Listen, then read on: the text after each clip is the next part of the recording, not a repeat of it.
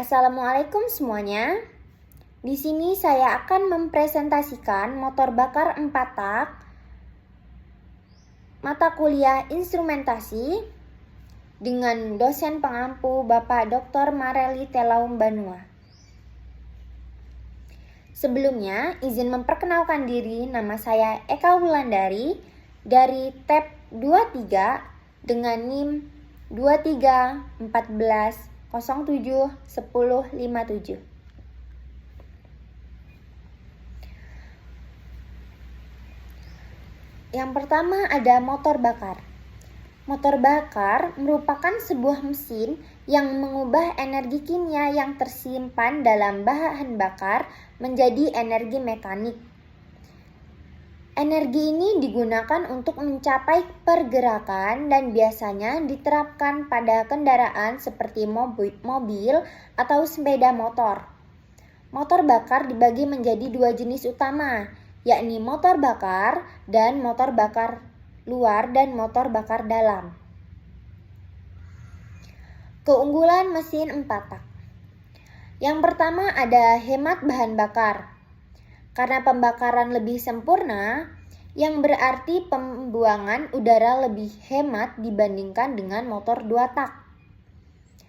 Yang kedua, lebih bersahabat dengan lingkungan.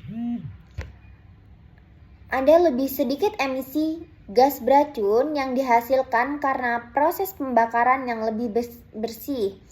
Yang ketiga, awet. Yang karena komponen mesin bekerja jauh lebih ringan untuk menjaga mesin tetap hidup siklus. Yang keempat, suara mesin lebih halus, lebih baik didengar. Mesin 4 tak memiliki siklus pembakaran yang lebih kuat dan dapat bertahan hingga selesai. Yang kelima, minyak digunakan dengan lebih efisien, maksudnya lebih hemat bahan bakar gitu ya. Selanjutnya ada 4 langkah mesin 4 tak. Itu ada hisap, kompresi, usaha, dan buang. Ada langkah hisap, langkah kompresi, langkah usaha, dan langkah buang. Yang pertama, langkah hisap. Langkah hisap merupakan tahapan pertama dalam siklus mesin 4 tak. Cara kerja langkah ini adalah yang pertama, piston bergerak dari titik atas ke titik bawah, dari titik atas mati ke titik bawah. Katup masuk terbuka, memungkinkan campuran udara dan bahan bakar masuk ke dalam mesin atau masuk ke dalam ruang bakar. Yang ketiga, saat piston turun, ruangan di dalam silinder menjadi lebih besar, menciptakan tekanan rendah yang menghisap campuran udara dan bahan bakar ke dalam silinder. Langkah kedua adalah langkah kompresi. Langkah kompresi merupakan langkah kedua dalam siklus mesin 4 tak. Cara kerjanya mencakup piston bergerak dari bawah, dari titik mati bawah ke atas, ke titik mati atas. Katup masuk dalam katup buang tertutup rapat, sehingga campuran udara dan bahan bakar terjebak di dalam silinder.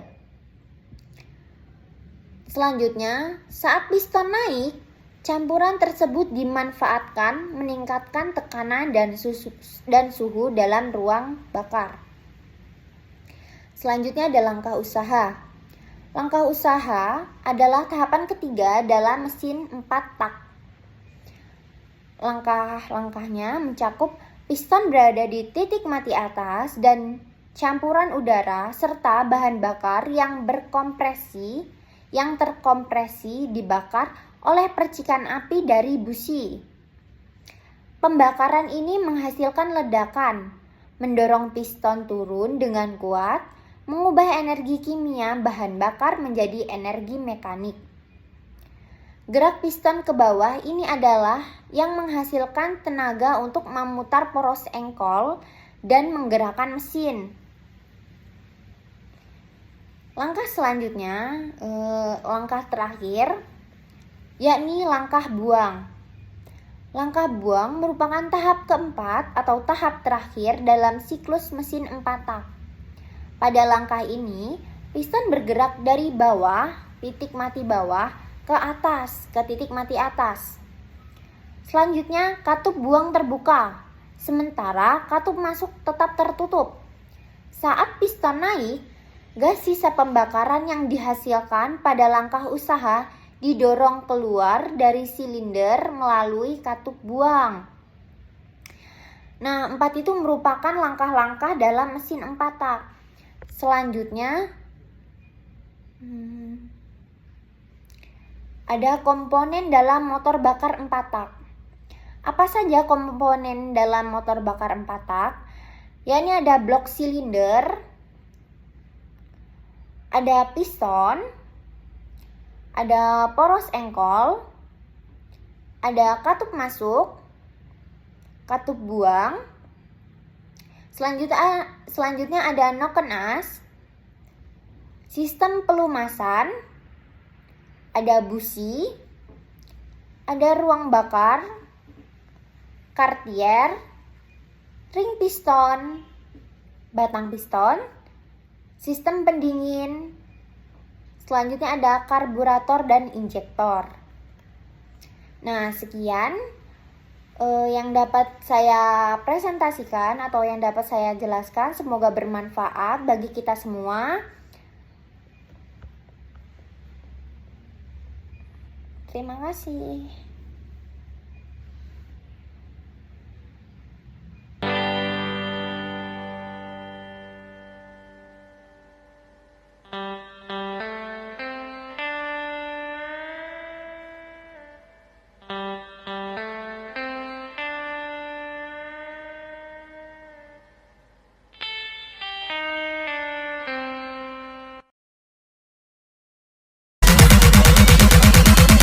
Welcome to the Base Face Network.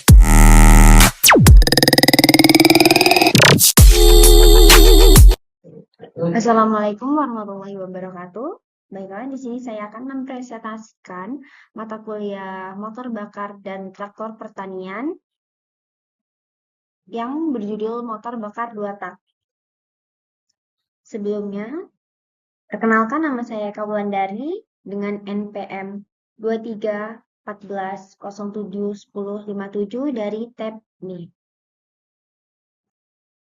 Nah, pengertian motor bakar sendiri tuh, motor bakar adalah mesin yang digunakan untuk mengubah energi dari bahan bakar menjadi gerakan. Dan banyak digunakan pada kendaraan seperti mobil dan sepeda motor. Dalam pertanian sendiri, ini digunakan pada traktor. Mesin ini bekerja dengan membakar bahan bakar seperti bensin ataupun solar dan menggunakan panas dari pembakaran tersebut untuk menghasilkan energi mekanik.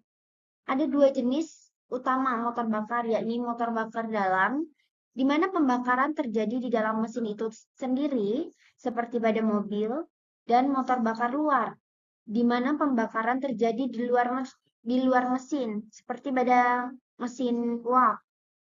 Motor bakar sangat penting dalam kehidupan sehari-hari karena membantu kita dalam transportasi dan berbagai aktivitas industri. Selanjutnya di sini ada keunggulan motor bakar 2 tak. Motor bakar 2 tak ini memiliki beberapa keunggulan, di antaranya yang pertama ada desain yang sederhana. Motor 2 tak memiliki komponen yang lebih sedikit dibandingkan dengan motor 4 tak, sehingga lebih mudah dalam perawatan dan perbaikannya sendiri. Selanjutnya, tenaga lebih besar karena proses pembakaran terjadi setiap 2 langkah piston. Motor 2 tak mampu menghasilkan tenaga lebih besar dan waktu singkat dibandingkan dengan motor 4 tak. Yang ketiga, ukuran yang lebih kecil dan ringan.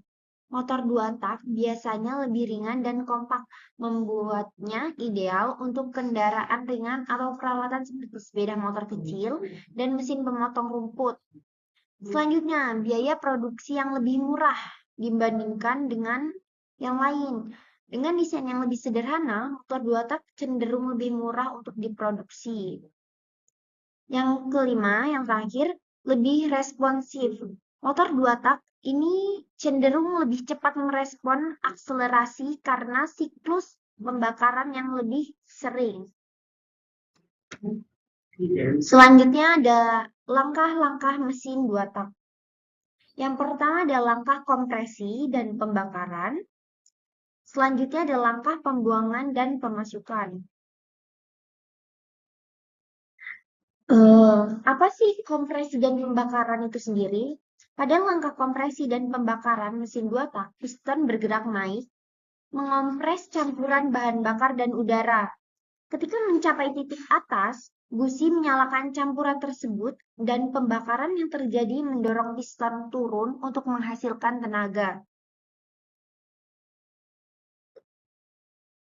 Selanjutnya ada langkah pembuangan dan pemasukan. Pada langkah pembuangan dan pemasukan mesin 2 tak, piston bergerak turun setelah pembakaran. Saat piston turun, port pembuang terbuka dan gas sisa pembakaran keluar. Pada saat yang sama, port pemasukan terbuka memungkinkan campuran bahan bakar dan udara baru masuk ke ruang silinder, siap untuk siklus selanjutnya.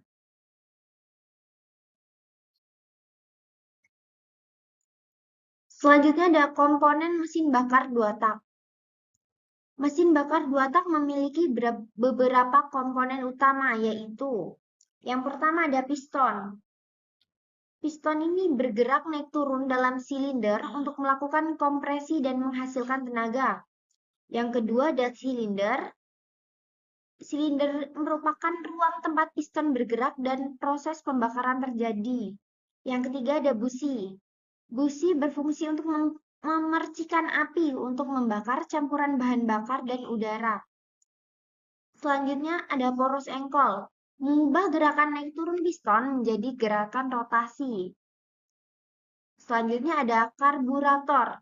Karburator ini mencampur bahan bakar dan udara dalam proporsi yang tepat sebelum masuk ke ruang bakar. Yang keenam, ada port pemasukan. Port pemasukan sendiri itu berfungsi menjadi tempat masuknya campuran bahan bakar dan udara ke dalam silinder. Selanjutnya ada port buang. Nah, port buang sendiri berfungsi menjadi tempat keluarnya gas sisa pembakaran dari silinder. Yang terakhir ada ring piston. Berfungsi untuk menjaga kompresi dalam silinder dan mencegah kebocoran gas. Kesimpulannya, motor bakar 2 tak adalah mesin yang menghasilkan tenaga melalui 2 langkah utama, yakni kompresi dan pembakaran, serta pembuangan dan pemasukan. Mesin ini memiliki desain yang lebih sederhana dibandingkan mesin 4 tak, dengan siklus pembakaran yang lebih ringan, sehingga menghasilkan tenaga lebih besar dalam waktu singkat. Meskipun memiliki keunggulan dalam hal bobot yang ringan, responsif tinggi, dan biaya produksi yang lebih murah, motor 2 tak cenderung kurang efisien dalam penggunaan bahan bakar dan menghasilkan emisi yang lebih tinggi. Baiklah, sekian presentasi yang dapat saya sampaikan. Kurang dan lebihnya saya mohon maaf. Saya akhiri, wabillahi taufiq wal hidayah. Wassalamualaikum warahmatullahi wabarakatuh. Jangan dibikin runung, nantinya kebablasan. Berarti malangnya kurang coba. Ayo gerakan badan, angkat tangan, gerakan tangan. Gerakan tangan, gerakan kaki, gerakan dengan lagu. Jangan bimbang, enjoy dalam mesin aja.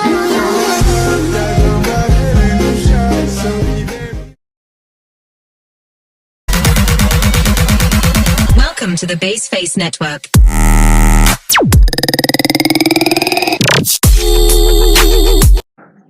Assalamualaikum warahmatullahi wabarakatuh. Baiklah, di sini saya akan mempresentasikan PowerPoint yang telah saya buat dengan judul motor bakar 4 tak diesel, mata kuliah motor bakar, dan traktor pertanian. Sebelumnya izin memperkenalkan diri, nama saya Eka Wulandari dengan NPM 2314071057 dari TEPI. Pengertian motor bakar 4 diesel sendiri adalah mesin yang bekerja melalui 4 langkah utama, yakni hisap, kompresi, pembakaran, dan buang. Pada langkah hisap, udara murni masuk ke dalam silinder. Langkah kompresi meningkatkan tekanan dan suhu udara hingga sangat panas. Bahan bakar diesel disuntikan ke udara panas ini sehingga terbakar secara otomatis tanpa memerlukan busi. Langkah buang mengeluarkan sisa gas pembakaran dari silinder, dan siklus tersebut berulang untuk menghasilkan tenaga.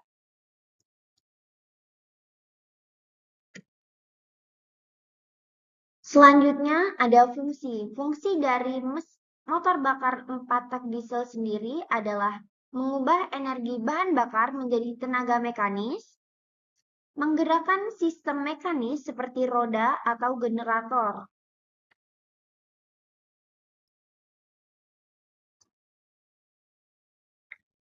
Keunggulan dari motor bakar 4 tak diesel ini adalah lebih efisien bahan bakar,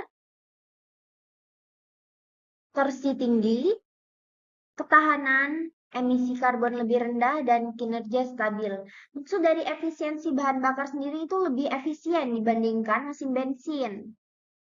Pengertian dari torsi tinggi merupakan memberikan daya dorong yang baik pada putaran rendah.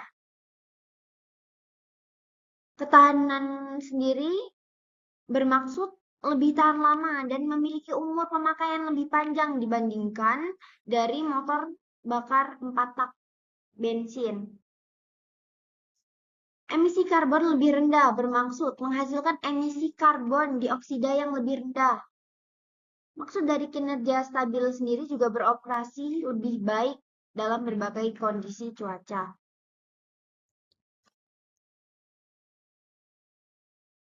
Selanjutnya ada tahapan-tahapan 4 tak diesel.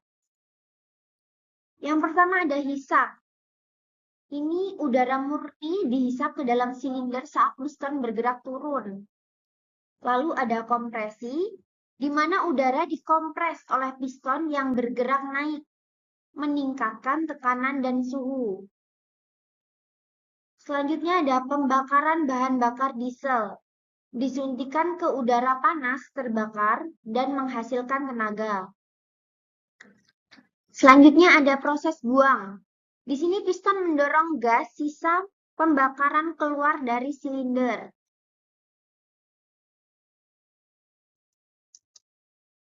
Nah, di sini proses hisap, langkah kerja hisap. Yang pertama, di sini ada proses hisap. Piston bergerak dari posisi atas posisi atas ke bawah membuka katup masuk seperti pada gambar yang telah saya paparkan. Selanjutnya, aliran udara murni dari luar dihisap ke dalam silinder tanpa campuran bahan bakar. Langkah terakhir adalah durasi. Langkah ini berakhir ketika piston mencapai posisi bawah dan katup masuk mulai menutup. Selanjutnya ada langkah kompresi. Langkah prosesi yang pertama ada proses kompresi, di mana piston bergerak naik dari posisi bawah ke atas, menutup katup masuk. Lalu, peningkatan tekanan dan suhu, di mana udara terperangkap di kompresi, meningkatkan tekanan dan suhu secara signifikan. Langkah terakhir pada langkah kompresi, ini ada persiapan pembakaran, yakni suhu akhir cukup tinggi untuk pembakaran bahan bakar yang akan disuntikan.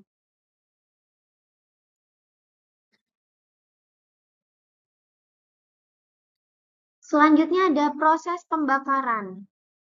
Ada tahapan-tahapan proses pembakaran. Yang pertama adalah proses pembakaran, di mana bahan bakar diesel disuntikan ke dalam silinder yang berisi udara panas setelah piston mencapai posisi atas. Ini seperti gambar yang telah saya paparkan di layar. Selanjutnya ada pembakaran otomatis, yakni bahan bakar terbakar akibat suhu tinggi kompresi dan mendorong piston turun. Lalu ada produksi tenaga, di mana energi dari pembakaran menghasilkan tenaga mekanis yang menggerakkan piston ke bawah.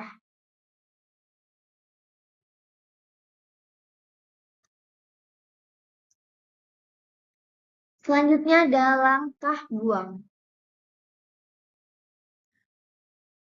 Pada proses ini ada beberapa tahapan. Yang pertama ada proses pembuangan, di mana setelah langkah pembakaran, piston bergerak dari posisi bawah ke atas untuk mendorong gas sisa pembakaran keluar dari silinder. Selanjutnya katup buang, di mana katup buang ini terbuka selama proses, memungkinkan gas sisa keluar dari silinder. Selanjutnya, langkah terakhir pada tahapan terakhir pada langkah buang ini adalah ketika piston mencapai posisi atas dan katup buang menutup untuk memulai siklus baru.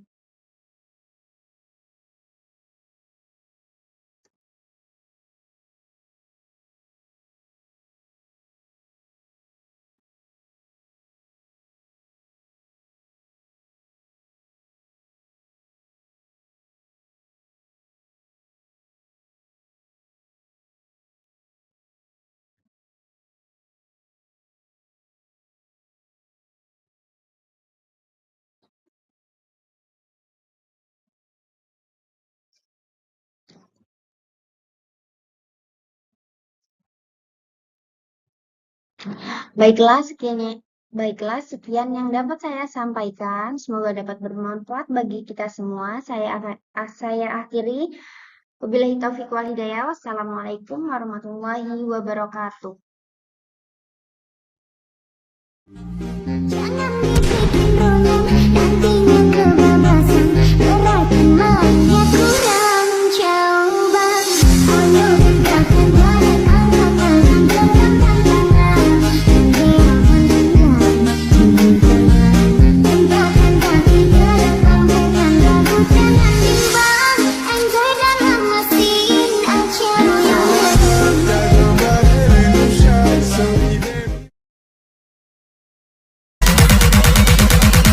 Welcome to the Baseface Network.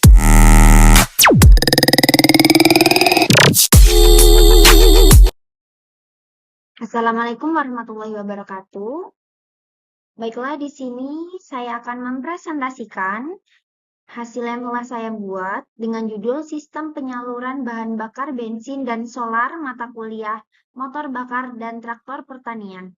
Sebelumnya, izin memperkenalkan diri, nama saya Kaulandari dengan NPM 2314071057 dari tab B.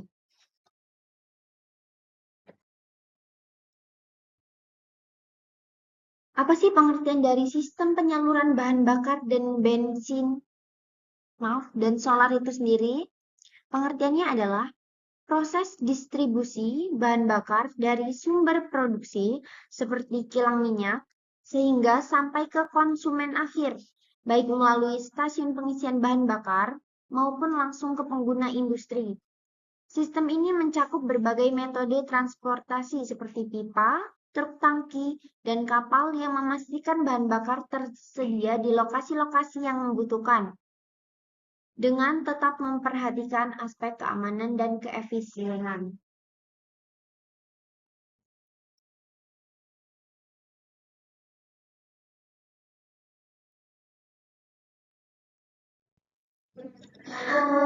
Selanjutnya ada fungsi sistem penyaluran bahan bakar. Di sini ada menjamin ketersediaan bahan bakar di SPBU dan industri, distribusi efisien melalui pipa, truk, kapal, dan lain-lain, menjaga kualitas bahan bakar selama pengiriman, mengurangi risiko kebocoran dan tumpahan, menjamin keselamatan transportasi dan penyimpanan, memenuhi kebutuhan energi tepat waktu.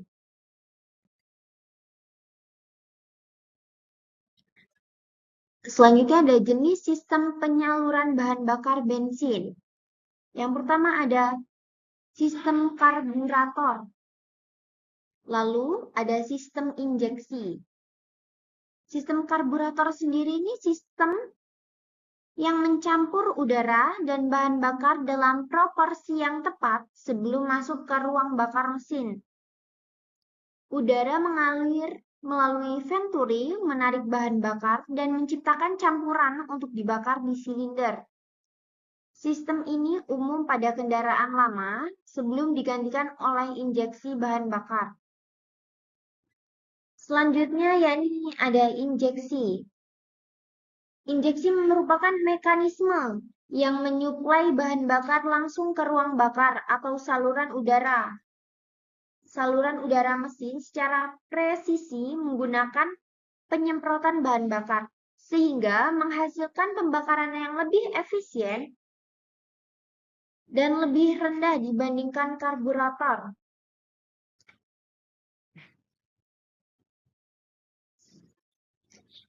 Injeksi digunakan pada kendaraan modern untuk meningkatkan kinerja dan efisiensi bahan bakar.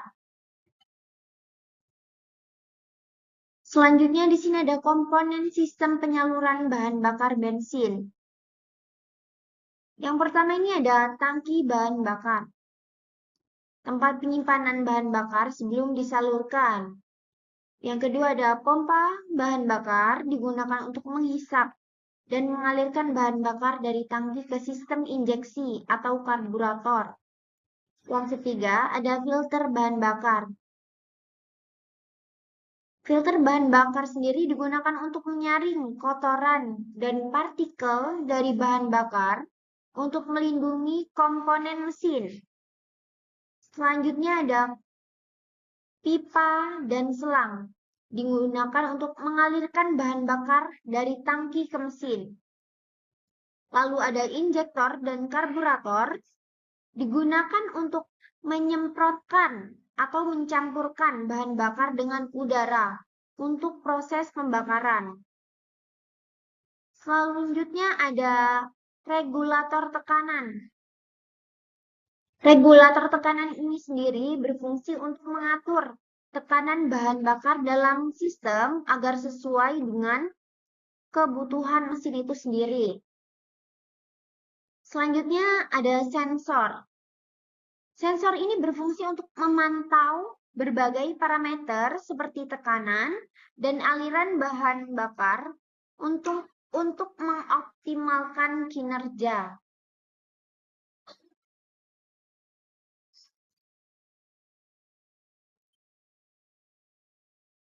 Selanjutnya ada cara kerja sistem penyaluran bahan bakar bensin. Yang pertama ada bahan bakar dari tangki dipompa menuju filter bahan bakar. Selanjutnya, bahan bakar yang sudah bersih dialirkan menuju regulator kanan bahan bakar. Regulator sendiri mengatur tekanan bahan bakar sesuai kebutuhan. Selanjutnya ada bahan bakar kemudian disemprotkan oleh injektor ke dalam ruang bakar pada saat yang tepat. Lalu langkah yang terakhir yakni campuran bahan bakar dan udara terbakar di dalam ruang bakar dan menghasilkan tenaga yang nantinya ini berguna untuk menggerakkan motor bakar itu sendiri.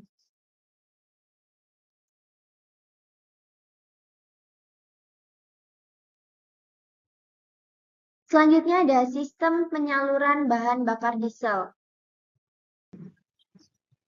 Apa sih sistem penyaluran bahan bakar diesel itu sendiri? Sistem penyaluran bahan bakar diesel merupakan mekanisme yang mengatur distribusi bahan bakar dari tangki ke ruang bakar mesin. Sistem ini menggunakan komponen seperti pompa bahan bakar, filter, dan injektor untuk mengirimkan bahan bakar diesel dengan tekanan tinggi, sehingga memastikan pembakaran yang efisien di dalam mesin.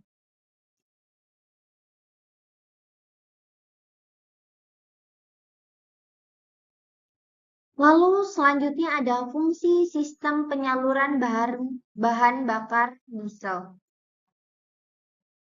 Ada 5 fungsi utama sistem penyaluran bahan bakar diesel. Yang pertama adalah mengirim bahan bakar dari tangki ke ruang bakar mesin. Yang kedua, menjaga tekanan tinggi untuk memastikan penyemprotan bahan bakar yang optimal. Lalu menjaga kualitas bahan bakar dengan menyaring kotoran dan air. Fungsi yang keempat, mengatur jumlah bahan bakar sesuai kebutuhan mesin untuk efisiensi pembakaran. Fungsi yang kelima, mengoptimalkan kinerja mesin dengan pasokan bahan bakar yang tepat waktu dan konsisten.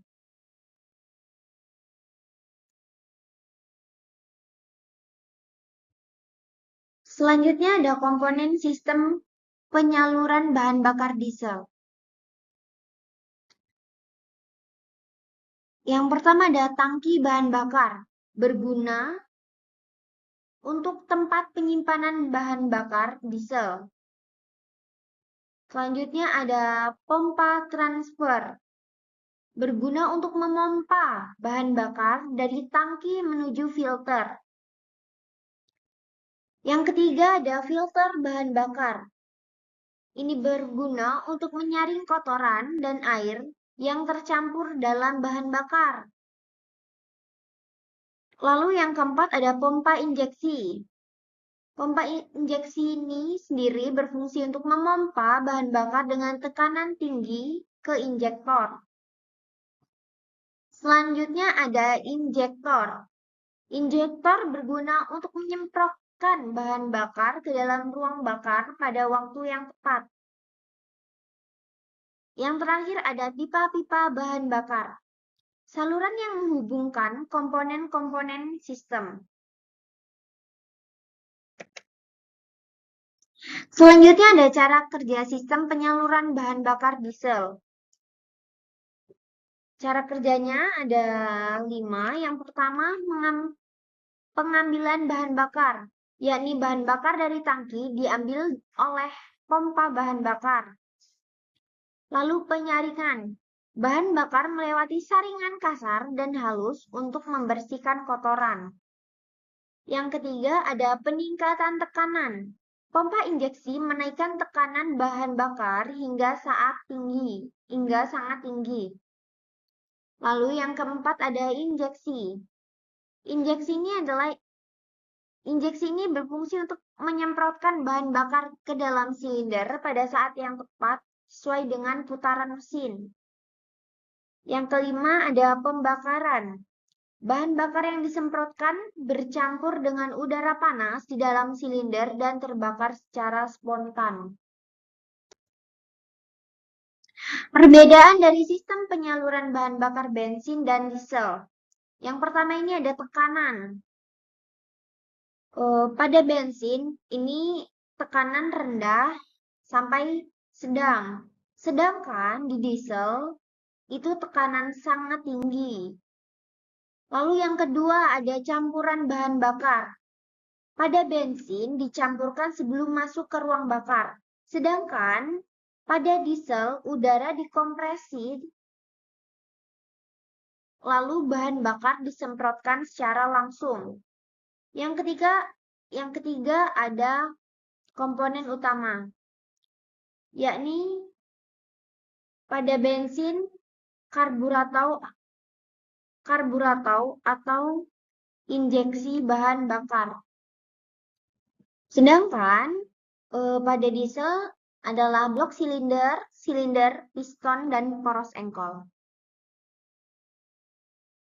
Baiklah, sekian presentasi yang dapat saya sampaikan. Semoga bermanfaat bagi kita semua. Saya akhiri wabillahi taufiq wal hidayah. Wassalamualaikum warahmatullahi wabarakatuh.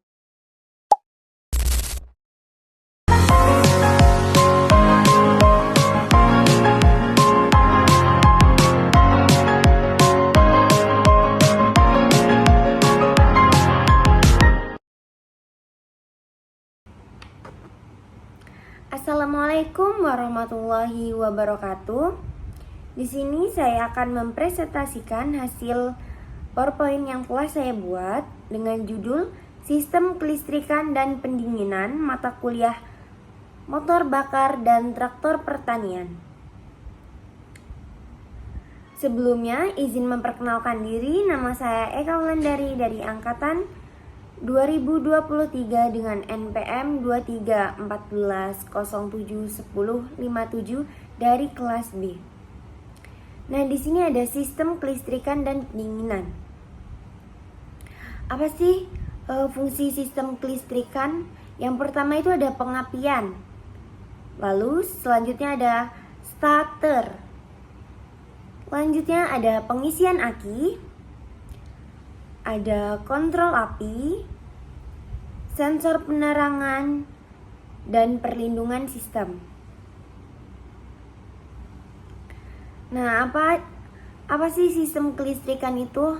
Sistem kelistrikan itu sendiri merupakan suatu jaringan strategi dari komponen yang bekerja untuk menghasilkan, mendistribusikan, dan menggunakan energi listrik.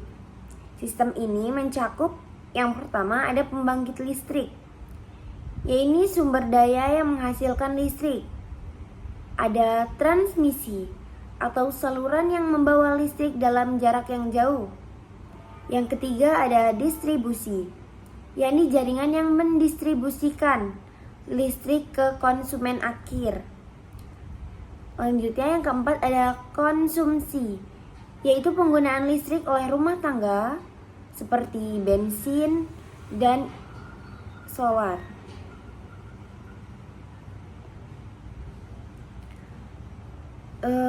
Selanjutnya ada komponen. Apa saja komponen sistem kelistrikan? Yang pertama ini ada aki atau baterai. Aki atau baterai di sini berfungsi untuk menyediakan sumber daya listrik untuk menghidupkan mesin dan untuk sistem kelistrikan lainnya. Selanjutnya ada alternator. Alternator sendiri digunakan untuk menghasilkan listrik saat mesin beroperasi untuk mengisi ulang aki dan memberi daya pada sistem kelistrikan kendaraan. Yang ketiga ada starter. Starter ini digunakan pada motor untuk menggerakkan mesin pada saat dihidupkan. Lalu yang keempat ada koil pengapian. Koil pengapian digunakan untuk menghasilkan tegangan tinggi yang diperlukan untuk memicu busi. Slide selanjutnya ada komponen. Masih komponen yang sama. Selanjutnya ada busi. Busi digunakan untuk menghasilkan percikan api untuk menyalakan campuran bahan bakar dan udara di dalam silinder. Yang keenam ada pengapian. Sistem pengapian ini ada distributor mengarahkan arus listrik dari koil ke busi yang tepat pada waktu yang tepat. Lalu ada kabel busi menyampaikan arus listrik dari koil ke busi. Selanjutnya ada sensor. Sensor ini termasuk sensor posisi transkraft dan samskraft. Sensor temperatur dan sensor tekanan udara yang memberikan informasi ke sistem kontrol mesin. Komponen selanjutnya ada sistem kontrol elektronik, yakni unit kontrol mesin atau ECU yang mengatur pengapian, injeksi bahan bakar, dan berbagai fungsi lainnya. Selanjutnya ada relay dan pemutus sirkuit. Di sini berfungsi untuk mengontrol aliran listrik ke berbagai komponen dan melindungi sistem dari arus lebih. Selanjutnya ada lampu indikator. Lampu indikator ini sendiri menunjukkan status sistem seperti indikator mesin, lampu rem, dan lain-lain. Yang ketujuh ada fusible link and fuse, yakni melindungi sirkuit dari arus berlebih dan memutuskan aliran listrik saat terjadi kegagalan pada suatu jaringan gitu ya. Selanjutnya, di sini ada sistem pendinginan. Apa sih sistem pendinginan itu sendiri? Sistem pendinginan motor bakar adalah sistem yang dirancang untuk menjaga suhu mesin tetap stabil selama operasi. Saat motor bakar berfungsi, proses pembakaran bahan bakar menghasilkan panas yang sangat tinggi. Sistem pendinginan bertugas untuk mengatur dan mengurangi panas tersebut, mencegah mesin dari overheating atau panas berlebih yang bisa menyebabkan kerusakan pada komponen mesin. Selanjutnya ada jenis pendinginan. Yang pertama itu ada pendinginan cair, yang kedua ada pendinginan udara. Nah, kita bahas secara lebih rinci lagi. Pendinginan udara. Pendinginan cairan. Pendinginan cairan menggunakan cairan, umumnya air atau campuran air dan pendingin yang dipompa melalui saluran-saluran di sekitar silinder mesin. Cairan ini menyerap panas dari mesin, kemudian mengalir ke radiator, di mana panas tersebut dilepaskan ke udara sebelum kembali ke mesin. Selanjutnya ada pendinginan udara. Menggunakan sirip-sirip pendingin yang terpasang pada silinder dan kepala silinder untuk meningkatkan luas permukaan mesin. Udara yang mengalir di sekitar mesin menyerap dan melepaskan panas secara langsung. Nah, fungsi-fungsinya di antara lain ada 8. Ada radiator, coolant, pompa air, termostat, kipas pendingin, selang pendingin, tutup radiator, dan reservoir coolant. Cara kerja pendingin itu sendiri, yang pertama, coolant menyerap panas cairan pendingin, mengalir di sekitar mesin, dan menyerap panas yang dihasilkan selama pembakaran. Yang kedua, termostat terbuka. Ketika suhu mesin cukup tinggi, termostat terbuka dan membiarkan coolant yang panas mengalir ke radiator. Yang ketiga, pendinginan di radiator, di mana coolant panas dilepaskan ke radiator, di mana panasnya dibuang ke udara dengan bantuan kipas pendingin jika diperlukan. 4. Ada coolant kembali ke mesin. Setelah didinginkan, coolant kembali dialirkan ke mesin oleh pompa air untuk menyerap panas lebih lanjut. Selanjutnya ada reservoir dan tekanan, di mana coolant cadangan disimpan di reservoir dan ditutup radiator berguna untuk menjaga tekanan sistem agar tetap stabil. Selanjutnya ada komponen pendingin. Yang pertama ada radiator.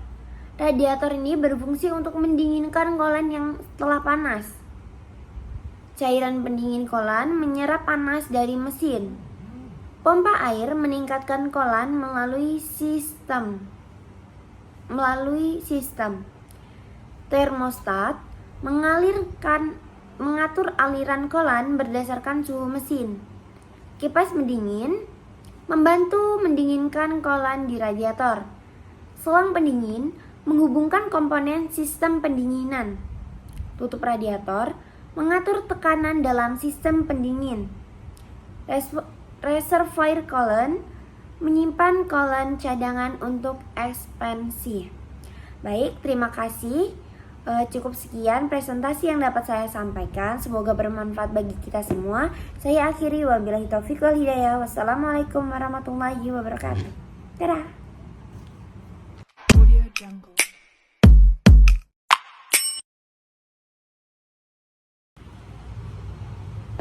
Assalamualaikum warahmatullahi wabarakatuh. Baiklah, di sini saya akan mempresentasikan hasil PowerPoint yang telah saya buat dengan judul Sistem Transmisi dan Pelumasan, di mana materi ini merupakan mata kuliah dari motor bakar dan traktor pertanian. Sebelumnya saya izin memperkenalkan diri. Nama saya Eka Wulandari dengan NPM 23 14 07 10 57 dari kelas B. Pada slide pertama bisa kita lihat di sini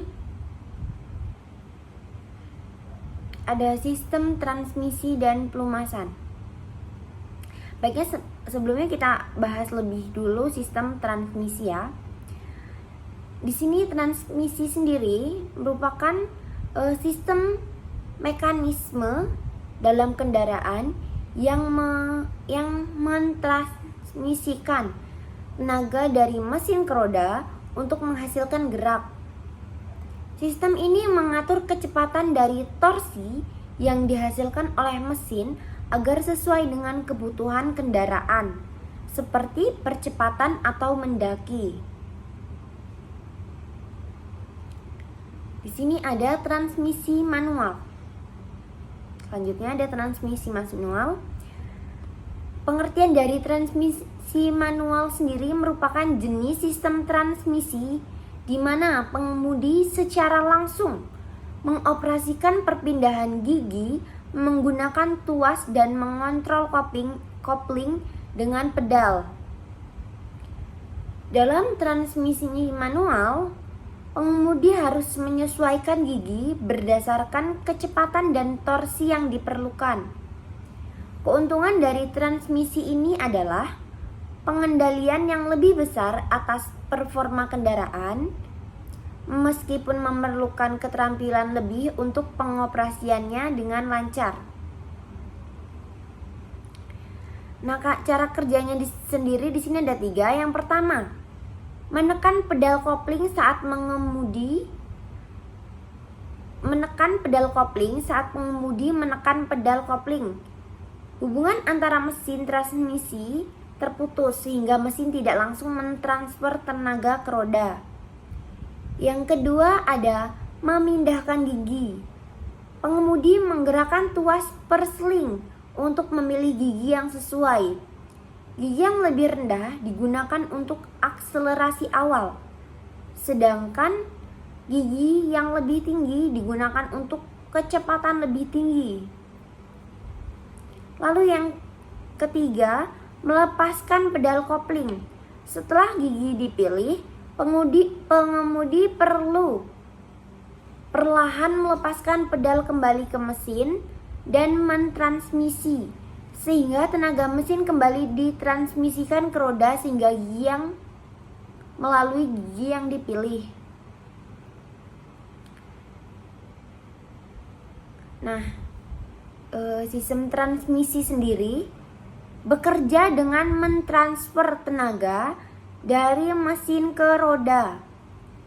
Mesin menghasilkan tenaga yang diteruskan ke transmisi melalui kopling manual atau otomatis. Transmisi mengubah rasio gigi untuk menyesuaikan torsi dan kecepatan. Setelah itu, tenaga dikirimkan ke roda. Hal ini memungkinkan kendaraan bergerak sesuai kecepatan dan kondisi medan.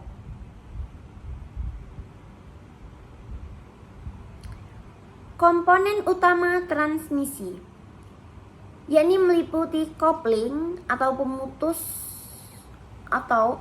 kopling yang berguna untuk memutus atau menghubungkan mesin ke transmisi manual. Selanjutnya ada gigi transmisi, yakni mengatur rasio pemutaran mesin ke roda untuk menyesuaikan torsi dan kecepatan. Yang ketiga ada poros input dan output, menghubungkan mesin dengan transmisi serta mengalirkan tenaga dari transmisi ke roda. Lalu ada sinkronisasi, yaitu membantu perpindahan gigi dengan mulus di transmisi manual. Yang terakhir ada torque converter, yaitu menggantikan kopling pada transmisi otomatis untuk menghubungkan mesin ke transmisi. Kelebihan dan kekurangannya sendiri. Yang pertama ini mengatur torsi dan kecepatan.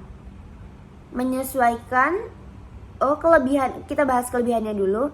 Kelebihan sistem transmisi, pengaturan torsi dan kecepatan, menyesuaikan tenaga mekanisme kendaraan sehingga dapat melaju efisien di berbagai kondisi. Lalu, kendali yang lebih baik. Maksudnya di sini transmisi manual memberikan kendali yang lebih besar kepada pengemudi. Selanjutnya, efisiensi bahan bakar. Transmisi manual umumnya lebih hemat bahan bakar dibandingkan otomatis. Lalu, kekurangan dari sistem transmisi tersendiri adalah kompleksitas pengoperasian, yaitu transmisi manual membutuhkan keterampilan lebih dari pengemudi. Lalu, perawatan lebih intensif. Komponen seperti kopling atau Sisormos perlu perawatan atau penggantian yang lebih sering. Yang ketiga ada biaya. Transmisi otomatis bisa lebih mahal dalam pengembalian dan perbaikannya. Lalu selanjutnya ada sistem pelumasan. Sistem pelumasan sendiri ini merupakan mekanisme dalam mesin yang berfungsi untuk mendistribusikan oli ke seluruh komponen yang bergerak. Tujuannya adalah untuk mengurangi gesekan, mendinginkan komponen, serta melindungi dari keausan dalam korosi. Oli dialirkan melalui pompa oli, melewati filter, dan kemudian disebarkan ke bagian-bagian mesin yang memerlukan pelumasan seperti poros engkol, piston, dan katup. Pelumasan yang baik memastikan kinerja mesin yang optimal dan memperpanjang umur komponen. Selanjutnya ada cara kerja sistem pelumasan. Yang pertama itu ada sirkulasi cairan pendingin, yakni cairan pendingin dipompa melalui bensin untuk penyerapan panas. Yang kedua ada penyerapan panas, di mana cairan tersebut mengalir di sekitar komponen mesin dan menyerap panas. Yang ketiga ada pendinginan di radiator, cairan panas yang masuk ke dalam radiator, di mana udara luar perlu di luar pendinginannya. Selanjutnya adalah kembali ke mesin. Cairan yang sudah dingin kembali ke mesin untuk mengulangi siklus. Selanjutnya ada termostat, yaitu mengatur aliran cairan pendingin sesuai suhu mesin. Di sini ada sistem pelumasan sendiri, yakni berfungsi untuk mengurangi gesekan, pendinginan, melindungi korosi, pembersihan, dan penyegelan. Komponen utama dari sistem komponen utama dari sistem pelumasan tersendiri adalah pompa oli. Ini berfungsi untuk menghisap dan mendistribusikan oli ke seluruh komponen mesin. Yang kedua ada filter oli, menyaring kotoran dan partikel dari oli sebelum disirkulasikan. Yang ketiga ada saluran pelumasan, yaitu jalur yang mengalirkan oli ke berbagai bagian mesin. Yang keempat ada bak oli, yaitu menampung oli yang telah digunakan dan menyuplai oli ke pompa. Yang kelima ada termostat, yaitu mengatur suhu oli dan aliran oli sesuai kebutuhan mesin. Kelebihan dari sistem pelumasan sendiri adalah mengurangi gesekan, memindahkan keausan pada komponen mesin dan memperpanjang umur mesin. Pendinginan, membantu menjaga suhu mesin agar tetap optimal. Perlindungan korosi, melindungi komponen dari kerusakan akibat karat. Pembersihan, yakni menyaring kotoran dan partikel dari mesin dan menjaga kebersihan. Yang kelima adalah efisiensi operasional, meningkatkan efisiensi mesin dan menciptakan segel yang baik antara komponen. Kekurangan sistem pelumasan sendiri, yakni kebutuhan perawatan memerlukan pengganti oli dan filter secara berkala untuk menjaga efektivitas. Yang kedua adalah biaya operasional. Biaya untuk oli dan perawatan dapat meningkat dengan seiringnya waktu. Yang ketiga adalah potensi kebocoran. Kebocoran oli dapat terjadi yang dapat mengurangi efektivitas pelumasan dan merusak lingkungan. Lalu selanjutnya yang terakhir adalah ketergantungan pada kualitas oli. Kinerja sistem tergantung pada kualitas oli yang digunakan. Baik, cukup sekian presentasi yang dapat saya sampaikan. Semoga bermanfaat bagi kita semua. Saya akhiri, wabillahi taufik wal hidayah. Wassalamualaikum warahmatullahi wabarakatuh. Bye. Audio Jungle.